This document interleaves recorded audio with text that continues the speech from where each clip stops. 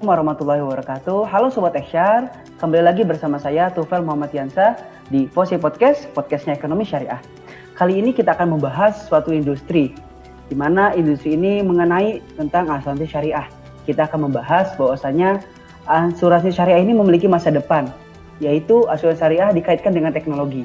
Dengan kehadiran blockchain ini, biasa dengan disebut insurtech, maka masa depan asuransi syariah ini bisa dibilang begitu cerah. Dan bagaimanakah prospek kedepannya dari industri asuransi syariah ini? Dan kita telah kedatangan narasumber langsung dari pakarnya. Beliau adalah Bapak Jalil Khairat. Beliau adalah salah satu founder dari insurtech di Indonesia yang sekarang lagi proses perizinan OJK ya, sudah tercatat di OJK yang bernama Biru, dan beliau juga salah satu dari petinggi di Retakaful Malaysia. Baik, telah datang narasumber kita, mungkin kita sapa. Assalamualaikum Pak Jalil. Waalaikumsalam warahmatullahi wabarakatuh. Bagaimana kabarnya Pak di era new normal kayak gini Pak? Alhamdulillah sudah 3 bulan bekerja di rumah terus. Kita sudah masuk ke lockdown fase pemulihan. Jadi sudah banyak pelonggaran sebenarnya di Malaysia. Alhamdulillah. Ya alhamdulillah Pak. Mungkin ini Pak, sebelum kita bahas ke ibaratnya ke materi, mungkin saya sedikit membahas tentang background Bapak nih Pak. Kalau saya lihat dari CV Bapak, dari akun LinkedIn, kayaknya fokus di asuransi Pak ya? Ya, sejak saya lulus kuliah S1 dulu dari Statistik IPB tahun 97, saya by accident masuk ke industri reasuransi, ke perusahaan bernama Indonesia Re. Sampai sekarang saya nggak keluar walaupun sudah berpindah-pindah company, berpindah negara, tetapi masih di jalur yang sama. Alhamdulillah, luar biasa. Terus untuk proses sampai ada itu Pak, masuk ke Retakaful yang di Swiss Retakaful Pak ya, kalau nggak salah. Ya, sebenarnya saya jadi saya masuk tahun 97 di industri reasuransi konvensional.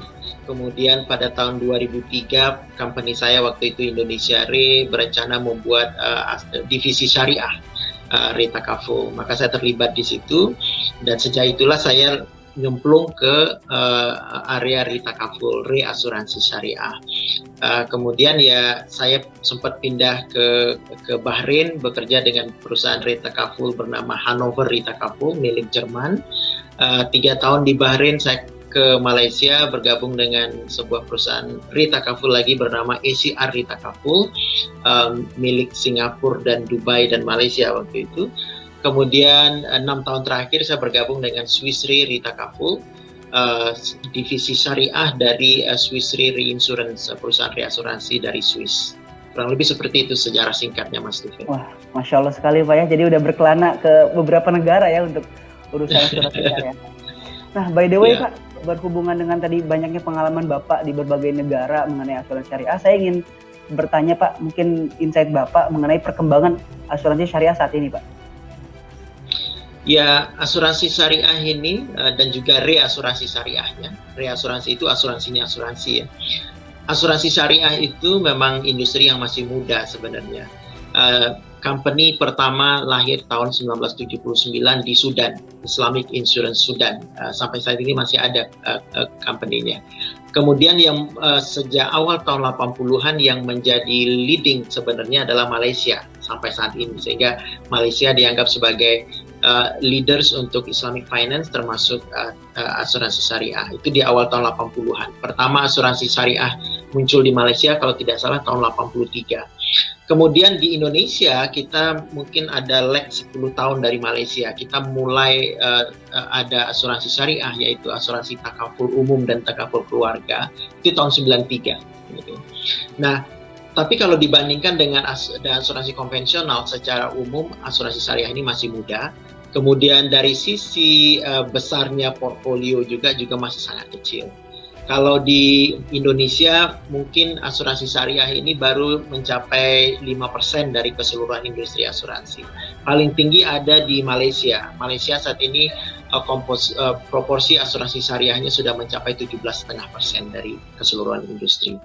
Di Middle East juga belum se-advance di Malaysia sebenarnya. Gitu. Oh, jadi untuk di Jadi untuk di negara-negara Muslim itu atau di luar negeri itu Malaysia Pak ya, sekarang ini senternya berarti ya. Dan Indonesia itu baru Saya rasa demikian. Betul. Baik. Ini menarik Pak, mungkin kan di Indonesia tadi 5% ya.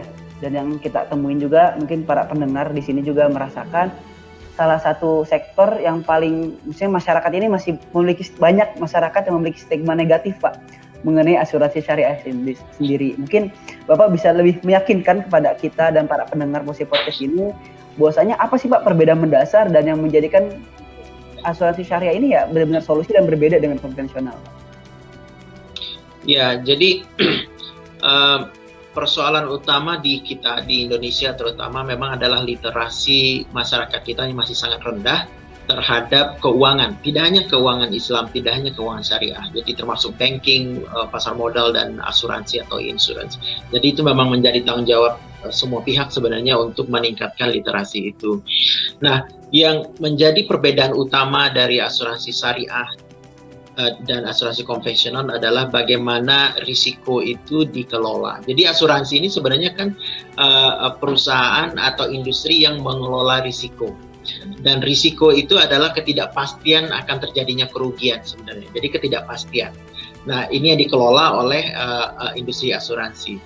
Yang membedakan asuransi syariah dan asuransi konvensional adalah dari cara mengelola ketidakpastian itu. Asuransi konvensional mengelola ketidakpastian itu melalui mekanisme risk transfer. Jadi ketidakpastian atau risiko yang ada pada seseorang terkait dengan mobilnya, terkait dengan kehidupannya, rumahnya dan sebagainya itu ditransfer, dipindah tangankan ke pihak lain, dalam hal ini perusahaan asuransi. Jadi risiko itu diambil alih oleh perusahaan asuransi. Untuk itu perusahaan asuransi meminta charge berupa premi, gitu ya. Nah, kalau di asuransi syariah cara mengelolanya tidak dengan mentransfer, tetapi dengan risk sharing. Artinya dengan membagi risiko itu, artinya dengan menanggung risiko ketidakpastian itu secara bersama-sama sesama para pemilik risiko. Jadi risiko itu tidak dipindahkan ke perusahaan asuransi. Risiko itu ditanggung secara bersama-sama, kayak gotong royong gitu ya. Lalu apa tugas perusahaan asuransi dalam asuransi syariah? Dalam asuransi syariah, tugas perusahaan asuransi hanyalah sebagai pengelola atau manajer dari skema saling tolong-menolong antar para tertanggung atau pemilik risiko tersebut. Jadi itu yang paling membedakan antara konvensional dan syariah. Lalu apa masalahnya asuransi konvensional risk transfer ini? Dari sisi syariah, ketika risiko itu ditransfer dari tertanggung kepada perusahaan asuransi penanggung, maka yang terjadi adalah kontrak jual beli. Kontrak pertukaran, exchange ya. Nah, apa yang diperjualbelikan di sini adalah risiko. Apa itu risiko? Kita tadi kembali, risiko itu adalah ketidakpastian. Apa itu ketidakpastian? Dalam bahasa syariah dia disebut sebagai gharar. Iya, benar, Pak. Ya.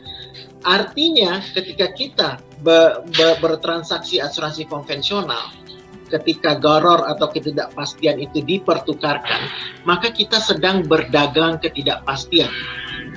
Kalau berdagang ketidakpastian itu artinya apa? Itu sama dengan berjudi. Karena dalam syariah, kalau kita bertransaksi secara komersial, berdagang, maka subject matter of kontrak itu haruslah sesuatu yang bisa dipastikan. Bisa di-touch misalnya, bisa dideskripsikan, dan pasti.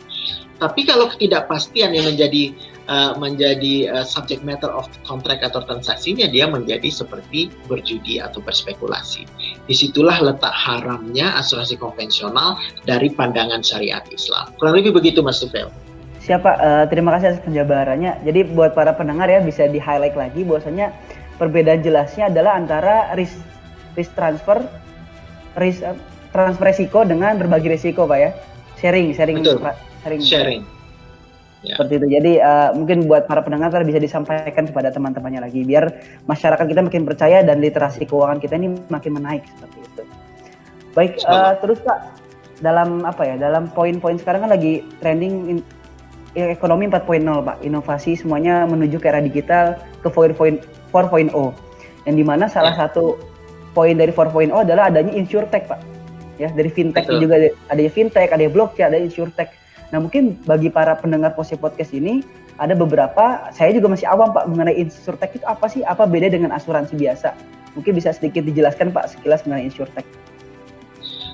Ya, baik. Insurtech itu banyak definisi sebenarnya tentang insurtech.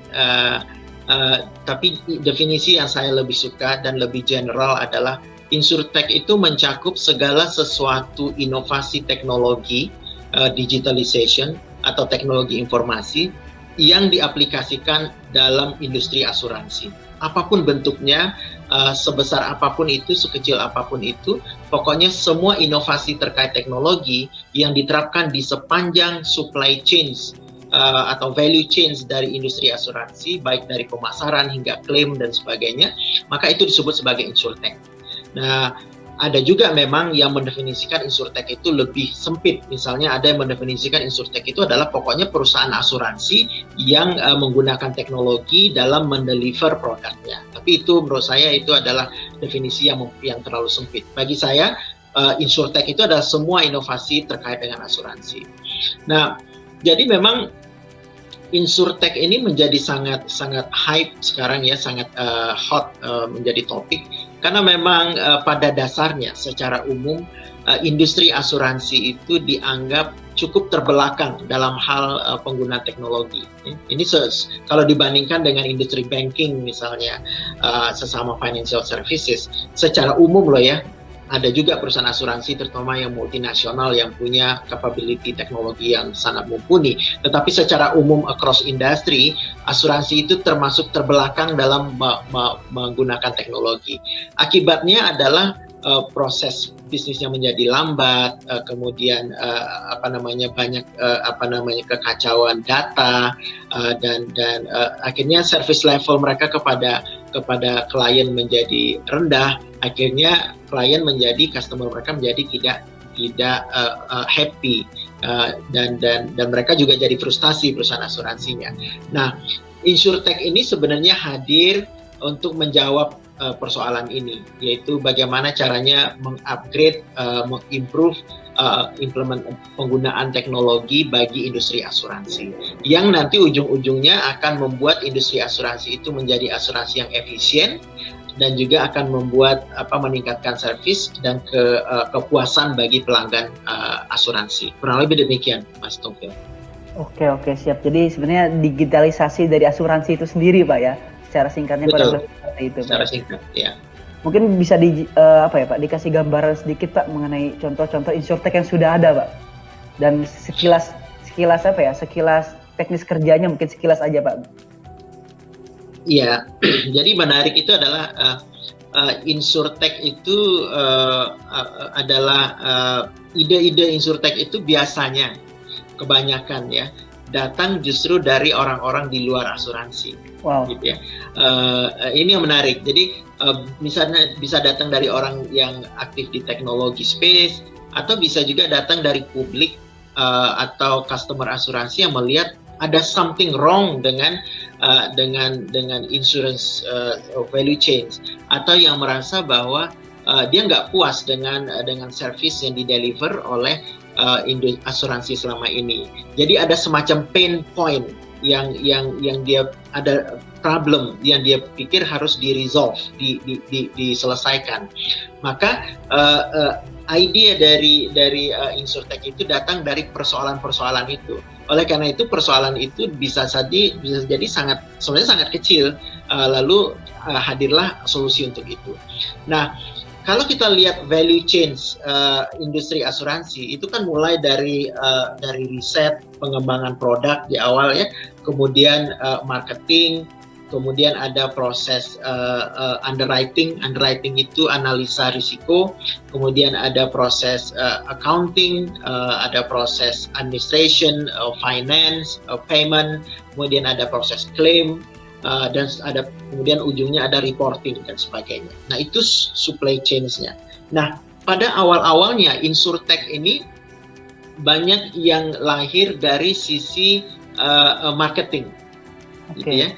Karena memang disinilah area marketing inilah yang merupakan sumber inefisiensi terbesar di industri asuransi.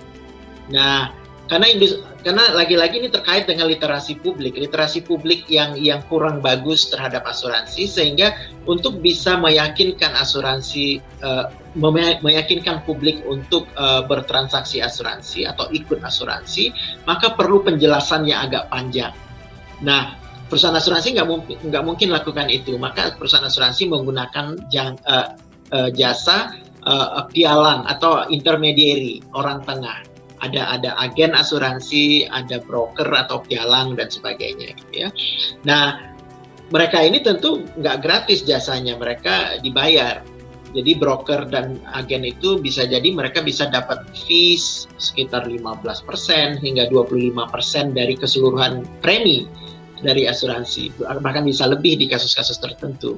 Nah, ini kan sumber inefisiensi gitu loh. Kalau misalnya tidak ada pialang, tidak ada agensi di tengah, berarti kita bisa menghemat sampai 25% premi kan, gitu, nggak perlu dibayarkan.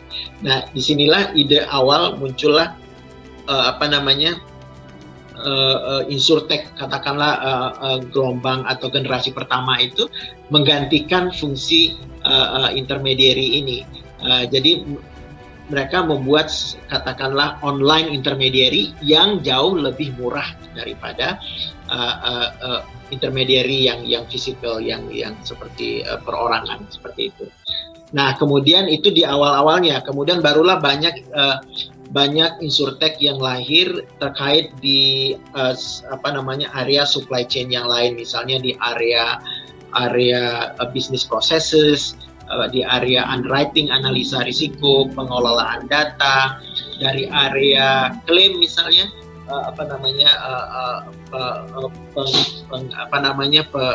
pembayaran klaim atau penyelesaian klaim yang lebih cepat dan sebagainya. Sehingga semakin banyak sekarang sepanjang value chain itu insurtech itu pada bermunculan gitu loh. Kurang lebih seperti itu, Mas Tufa.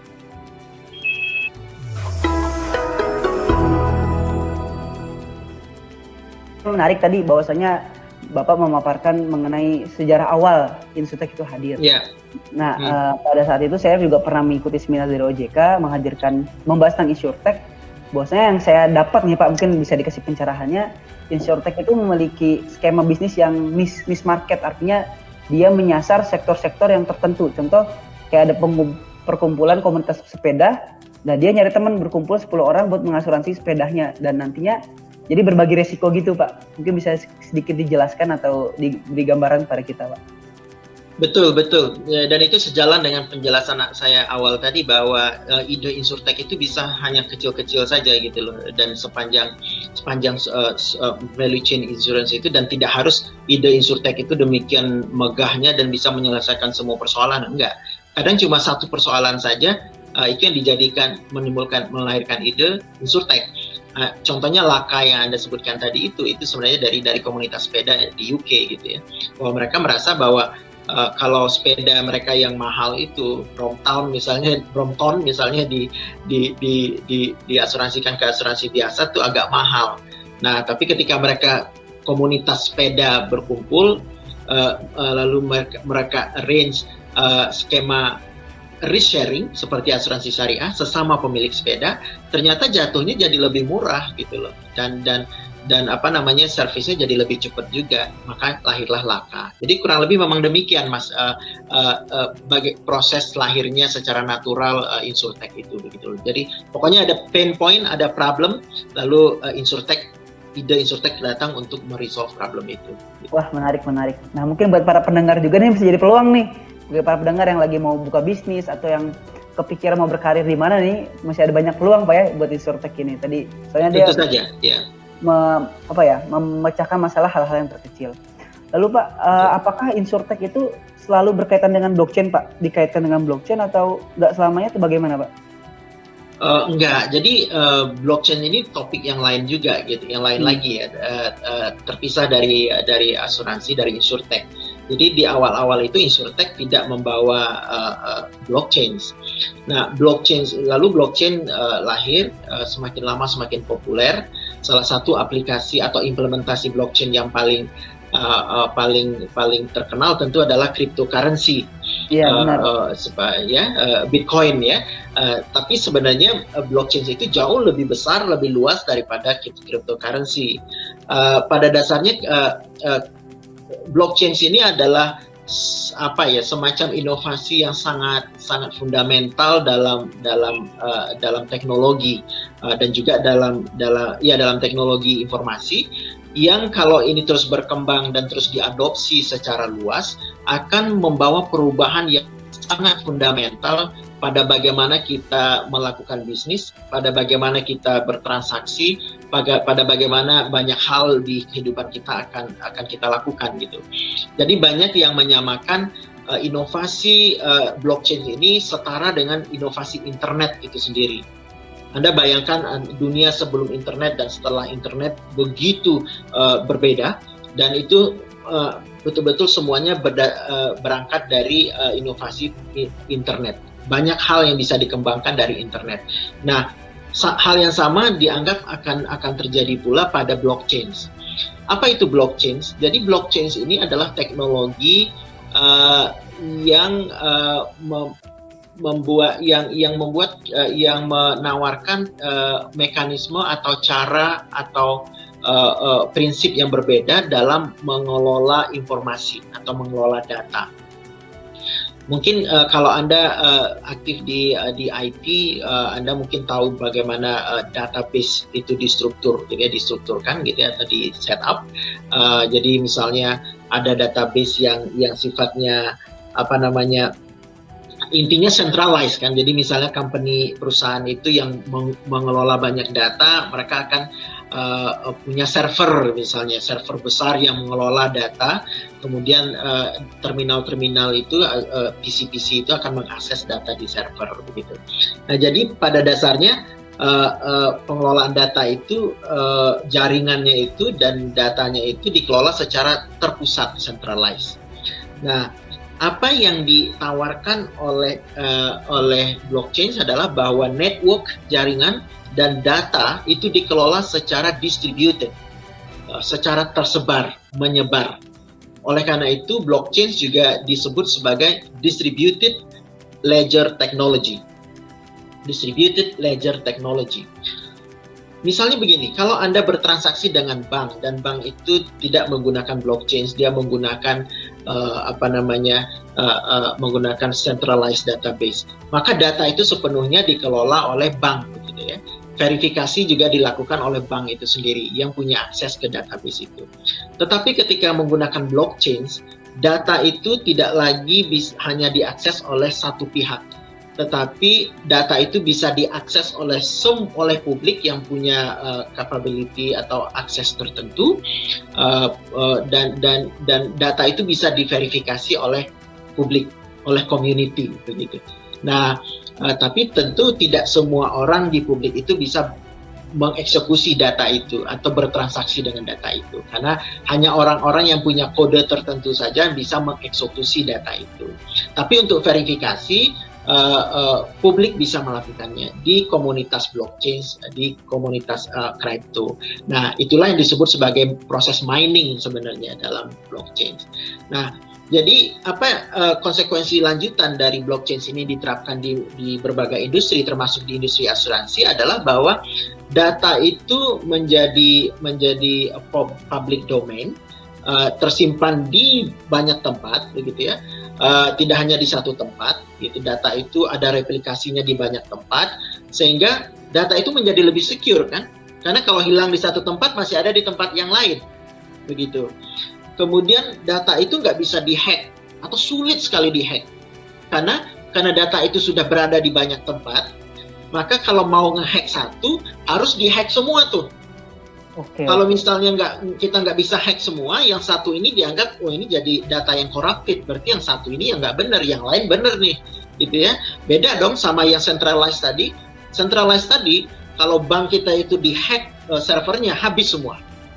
Kecuali mungkin dia punya backup ya, tapi backupnya juga masih bisa dihack sebenarnya.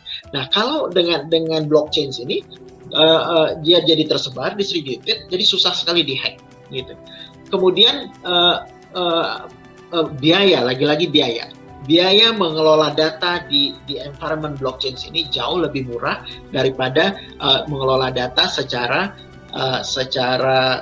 konvensional, tradisional dengan centralized network itu. Jadi dengan semua feature ini kita melihat bahwa di dalam industri asuransi pun blockchain ini menawarkan banyak hal yang bisa mengimprove performance industri asuransi dan juga menekan biaya proses dari industri asuransi. Jadi kurang lebih begitu Mas Tufel. Oke, jadi kata kuncinya itu ada di lebih aman dan lebih efisien untuk dalam hal biaya, Pak ya? Dua hal tadi itu ya? Salah satunya, ya betul. Ya. Ujung-ujungnya kan duit juga memang Mas Tufel ya. Iya Pak, benar Pak. Betul, ya. Lanjutnya Pak, kan tadi udah menyambungkan bagaimana blockchain dengan asuransi. Lalu yang saya menarik kan Bapak bersama teman-teman ya, kan Bapak salah satu founder dari Biru Pak ya, Biru Insurtech di Indonesia yang sudah tercatat di OJK. Nah mungkin yang saya menarik tuh lihat di profil perusahaan Biru itu tuh menggunakan blockchain Pak. Mungkin bagaimana Pak, apa itu Biru dan bagaimana ide tersebut lahir Pak? Oke, jadi Biru ini lahir dari beberapa kawan yang terlibat dalam terbentuknya Biru selain saya. Sebenarnya menjadi founder utama itu Pak Muhaimin Iqbal dari Indonesia Startup Center. Mungkin mestinya komunitas syariah pasti kenal Pak Muhaimin Iqbal. Beliau yang menjadi trigger sebenarnya. Lalu kita yang praktisi diajak bergabung dan mencari solusinya. Nah, intinya yang kami lihat sebagai persoalan di industri asuransi adalah bahwa baik industri asuransi konvensional maupun syariah, persoalan yang paling utama adalah defisiensi. Artinya sepanjang supply chain-nya itu industri asuransi itu beroperasi secara tidak efisien, mahal, lambat, complicated dan sebagainya gitu ya. Ujung-ujungnya yaitu tadi customer merasa nggak bahagia, nggak mendapatkan servis yang optimal begitu. Dan kami melihat bahwa situasi ini terjadi karena adopsi teknologi oleh industri asuransi sepanjang value chain-nya itu sangat rendah gitu loh, terutama di Indonesia, terutama kalau kita lihat industri asuransi syariah. Nah, berangkat dari sinilah kami mencoba memikirkan bagaimana caranya bisa menawarkan solusi yang bisa menyelesaikan atau mensimplifikasi proses delivery produk asuransi syariah ke publik begitu. Lalu maka kita tidak bisa menghindari, kita harus gunakan teknologi. Lalu kenapa blockchain? Nah, ide berikutnya datang kenapa blockchain? Pertama karena kita percaya blockchain ini akan menjadi masa depan, gitu ya, bahwa distributed ledger technology di mana data itu didistribusikan dan dikelola secara community based akan menjadi masa depan. Dia akan besar seperti internet nanti di masa depan. Kemudian kita bisa lihat dari fitur-fiturnya yang sudah ada sejauh ini, blockchain itu menawarkan banyak sekali efisiensi dari proses proses bisnis di sepanjang supply chain, sehingga pada ujung-ujungnya pasti akan menekan biaya proses begitu. Nah, oleh karena itu kami menawarkan kita establish Biru.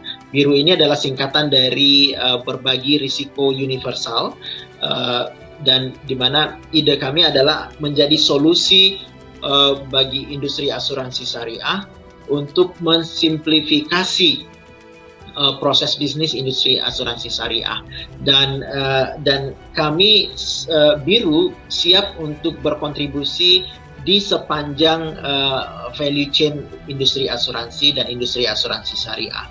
Oleh karena itu Biru itu seperti seperti hub begitu ya, seperti hub yang dia bisa bekerja sama dengan semua pihak di industri asuransi.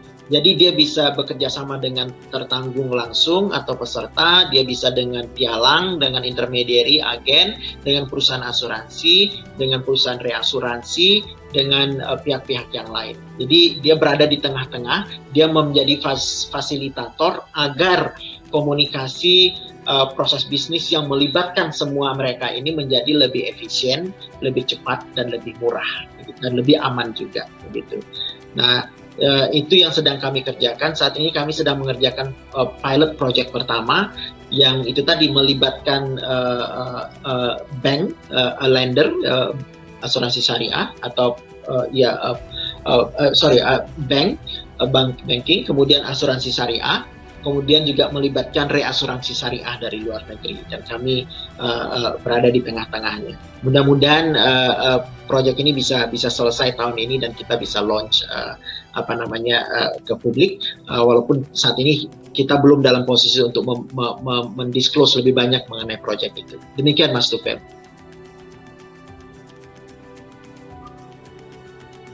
Mas Tufel kayaknya di mute ya. Oke, sungguh menarik sekali Pak apa yang telah Bapak sampaikan, dan amin semoga proyeknya bisa berjalan dengan lancar untuk kedepannya. Amin, terima kasih. Dari telah Bapak paparkan dan Bapak udah bekerja bertahun-tahun di dunia asuransi, kalau Bapak sendiri melihat masa depan asuransi syariah itu seperti apa Pak? Sangat cerah. Sangat cerah, Pak. Logika saya begini, kita mulai ke back to basic ya Mas. Dunia ini insya Allah sebelum kiamat dunia ini akan terus bergerak maju. Bergerak maju artinya kehidupan itu semakin advance, teknologi itu semakin advance gitu ya. Semua semakin cepat, semua semakin kuat, semakin besar dan semakin semuanya gitu ya. Tapi perkembangan dunia ke arah peradaban yang semakin advance itu juga diiringi dengan semakin banyaknya dan semakin besarnya tingkat risiko yang menyertai, begitu ya. Jadi bencana yang terjadi saat ini dampaknya bisa menjadi sangat besar dibandingkan kalau bencana yang sama terjadi pada 100 tahun yang lalu misalnya. Kita ambil contoh misalnya kalau terjadi di Jakarta, katakanlah misalnya waktu tahun 2011 terjadi gempa besar di Jepang, di Tohoku. Di Tohoku itu terjadi gempa besar dan masif sekali kerugiannya karena gempa dan tsunami itu menghabiskan daerah pantai yang padat penduduk dan banyak industri. 100 tahun yang lalu area yang terkena itu mungkin masih perkampungan nelayan, sehingga nilai kerugian yang diderita kalau itu terjadi 100 tahun yang lalu jauh lebih rendah apabila terjadi hari ini. Nah, oleh karena itu, karena risiko semakin besar, maka solusi apapun yang ditawarkan, bisnis apapun yang menawarkan jasa untuk mengelola risiko, itu terus akan diperlukan sepanjang peradaban umat manusia hingga kiamat nanti.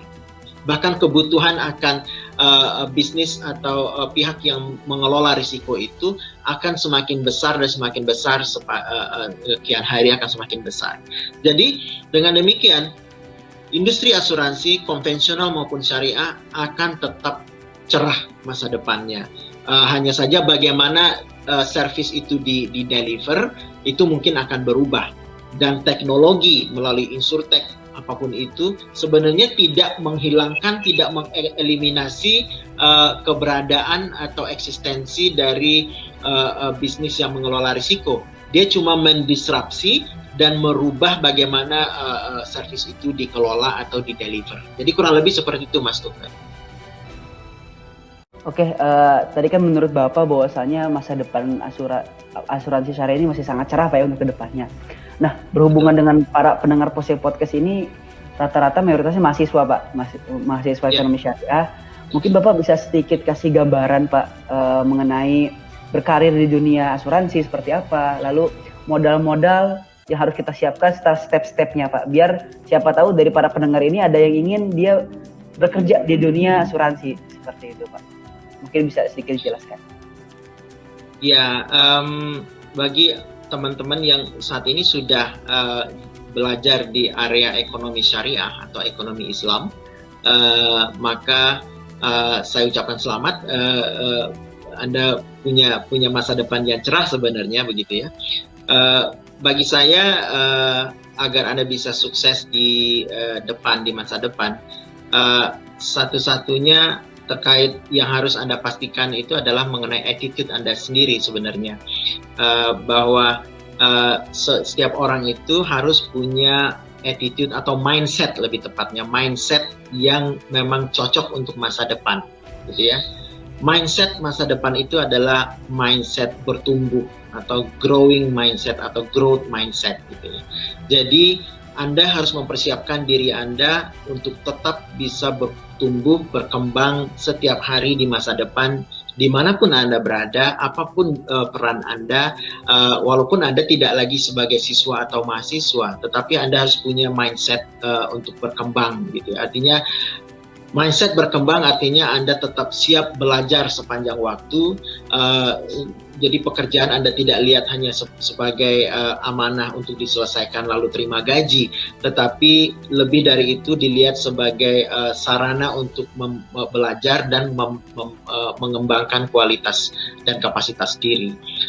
Dan ini penting karena semakin di depan perubahan dunia itu akan semakin cepat, begitu ya, dengan teknologi semakin cepat. Jadi banyak profesi yang saat ini masih sangat mentereng, tapi beberapa tahun ke depan akan hilang karena digantikan oleh teknologi misalnya, gitu ya.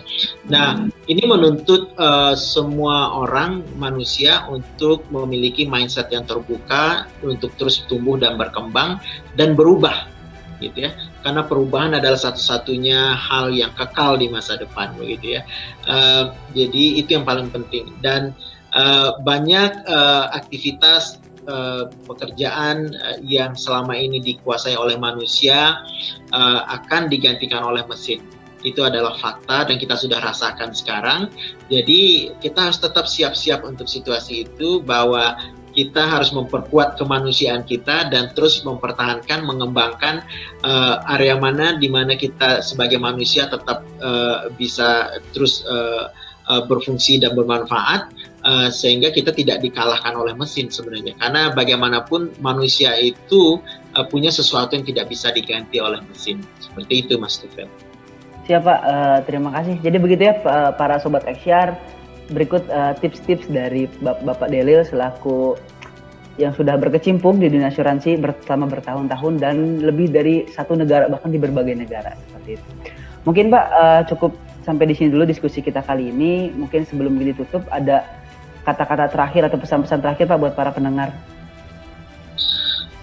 Ya, jadi yang mungkin kelanjutan dari tadi, milikilah mindset untuk terus berkembang dan terbuka. Kemudian jangan menjadi pribadi yang eksklusif. Jadi tidak kita yang sudah berada di area ekonomi syariah memang dapat boleh percaya diri, boleh berbangga bahwa inilah solusi yang terbaik sebenarnya untuk kehidupan manusia. Tetapi terbukalah, karena banyak juga hal ilmu dari ekonomi konvensional yang akan sangat berguna bagi Anda untuk melahirkan solusi-solusi yang syariah dan yang bermanfaat maksimal. Jadi jangan eksklusif, jangan membatasi diri, terutama jangan menghalangi diri sendiri untuk belajar dari industri, dari pihak konvensional. Karena bagaimanapun mereka sudah melangkah ke depan melewati ekonomi syariah, begitu. Jadi mindset terbuka dan berkembang. Kemudian terakhir adalah perbanyaklah jaringan, perluaslah jaringan dengan industri, dengan siapa saja, dengan akademisi, dengan komponen-komponen masyarakat. Karena itulah yang akan mengayakan diri kita sendiri. Pengalaman itu akan mengalir banyak dari banyak pihak, begitu. Insya Allah, Mas Tufel. Baik, terima kasih banyak Pak atas ilmunya, sungguh luar biasa ya. Jadi tercerahkan ya, saya pribadi, mungkin teman-teman para pendengar juga terwakilkan mengenai industri asuransi syariah dan insurtech ini. Terima kasih Pak, mungkin salam buat keluarga di sana, salam-salam semuanya, semoga sehat selalu. Sama-sama Mas Tufel, salam kembali. Oke, baik. Ya, jadi begitu buat para pendengar Fose Podcast, kita telah sampai di ujung acara kali ini mengenai industri asuransi syariah. Sampai jumpa di Fose Podcast selanjutnya. Assalamualaikum warahmatullahi wabarakatuh. Waalaikumsalam warahmatullahi wabarakatuh. Oke, baik.